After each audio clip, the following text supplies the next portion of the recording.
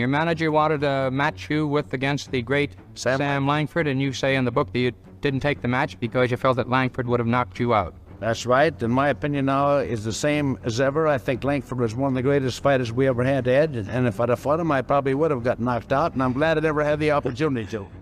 He stood 5 feet 6.5 inches tall, he never held a unified world heavyweight title, and yet he recorded more knockouts than Mike Tyson and George Foreman combined. Jack Dempsey, the most feared puncher of his era, publicly admitted he was too frightened to fight him. ESPN named him the greatest fighter almost nobody knows. Sports writers of his time called him the Boston Bone Crusher, the Boston Terror, the Weymouth Wizard. Those were not marketing nicknames, those were warnings, passed from one fighter to the next like a story nobody wanted to be part of. His name was Samuel Edgar Langford, and the legends who shared his era did not just respect him, they feared him.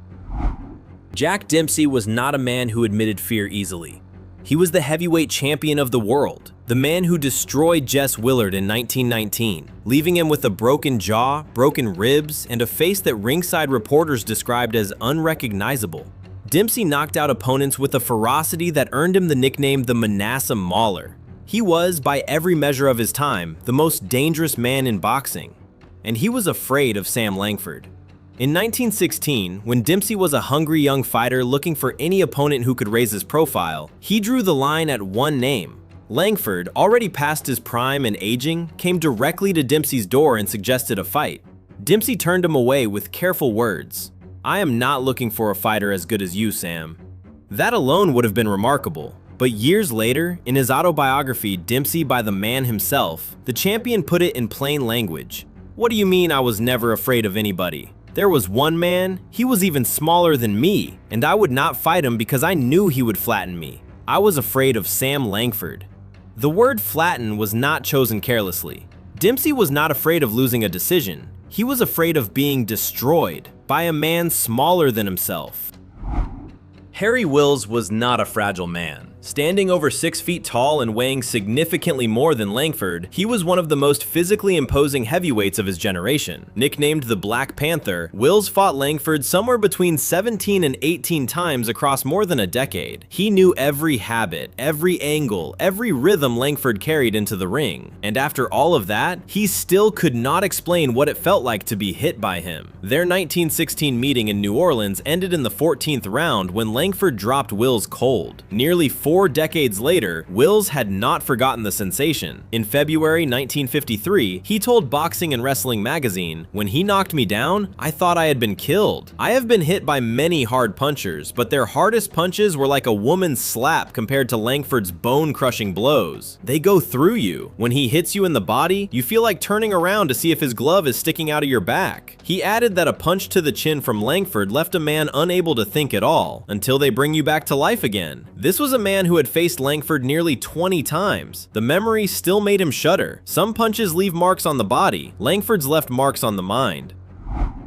By 1922, Sam Langford was 38 years old. His left eye was completely blind from accumulated damage across 2 decades of professional fighting. His right eye was failing, clouded by cataracts that reduced his vision to little more than shifting shadows. Most fighters in that condition would have retired. Langford climbed into the ring anyway. His opponent that night was Tiger Flowers, a man who would go on to become the middleweight champion of the world. Flowers was younger, faster, and could see perfectly. Langford could not. Then, midway through the fight, his remaining right eye took a direct hit. The last fragments of useful vision disappeared. Langford was standing in total darkness, in the middle of a professional boxing match against a future world champion. He did not panic. He reached out and held the ropes to locate himself in the ring. He listened. He tracked the sound of Flowers' breathing, felt the displacement of air as his opponent moved closer, and waited. When Flowers threw his punch, Langford slipped it and returned a right hand that traveled no more than 6 inches. The Atlanta Constitution reported that Flowers went down and did not move. Langford described it simply afterward. "I just felt my way and then boom, I hit him. He forgot to duck." This was not luck. This was what happens when a man has fought so many hundreds of times that his body no longer needs his eyes.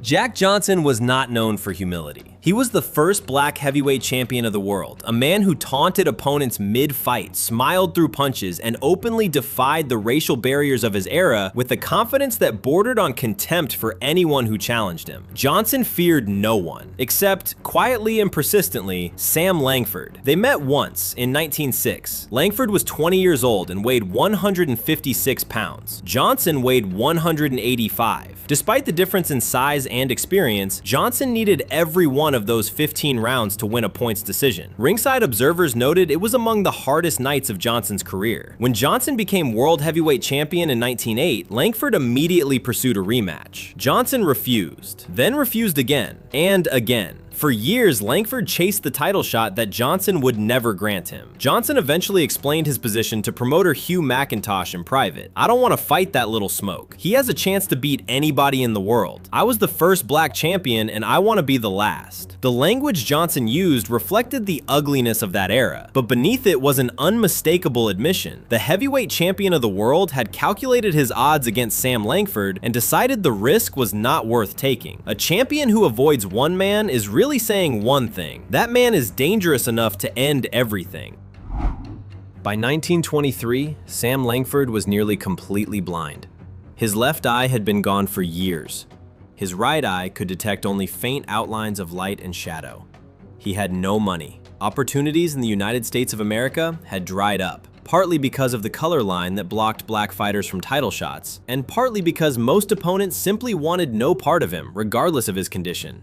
So Langford traveled to Mexico to fight Kid Savage for the Mexican heavyweight title. He made one specific request before entering the arena. He asked his assistant to guide him to the ring in a way that looked completely natural, so that no one in the building would realize he could not see. He walked in steady and calm, giving nothing away. When the bell rang, Langford began moving, using his footwork to map the ring, feeling the distance between himself and his opponent through years of accumulated instinct. Kid Savage, unaware he was fighting a blind man, moved forward confidently. 1 minute and 45 seconds into the first round, it was over. Langford described it afterward. "I just felt my way and then boom, I hit him. He forgot to duck, and I became the heavyweight champion of Mexico. A blind man, a title fight, a knockout in under 2 minutes. The most unsettling part is not that he won. It is that, by that point in his life, it was not even surprising." Fireman Jim Flynn was not a soft opponent. He was one of the toughest heavyweights of his era and holds the rare distinction of being the only man ever to knock out Jack Dempsey, stopping him in 1 round in 1917. Flynn had been hit by some of the hardest punchers in the world. Nothing prepared him for Sam Langford. Flynn described the experience of being punched by Langford in terms that had nothing to do with boxing. "It is like being hit with a baseball bat. You do not feel pain. It is like inhaling ether. You simply go to sleep." But Flynn also shared a detail that revealed something even more unsettling about Langford's character. After knocking an opponent down, Langford would often lean over and say quietly, "I am sorry, son. I did not mean to hit you that hard." He was not performing. He genuinely did not fully understand the destruction his own hands were capable of producing. That combination, power without full awareness of its own scale, may be the most frightening thing about Sam Langford. Dempsey knew what he was doing when he hurt people. Langford simply could not help it. In 1944, journalist Al Laney tracked Langford down to a small, bare room in Harlem. He was blind, alone, and had 20 cents to his name. He was smiling. Langford told Laney, "Do not feel sorry for old Sam. I have been all around the world. I fought around 600 fights, and every one of them was a joy. Dempsey feared him, Johnson avoided him, Wills never forgot him, and Sam Langford regretted nothing." That is the final word on the most dangerous man almost nobody knows. What do you think about him? Leave your thoughts in the comments below. If you enjoyed this, please like the video and subscribe to the channel. Thank you so much.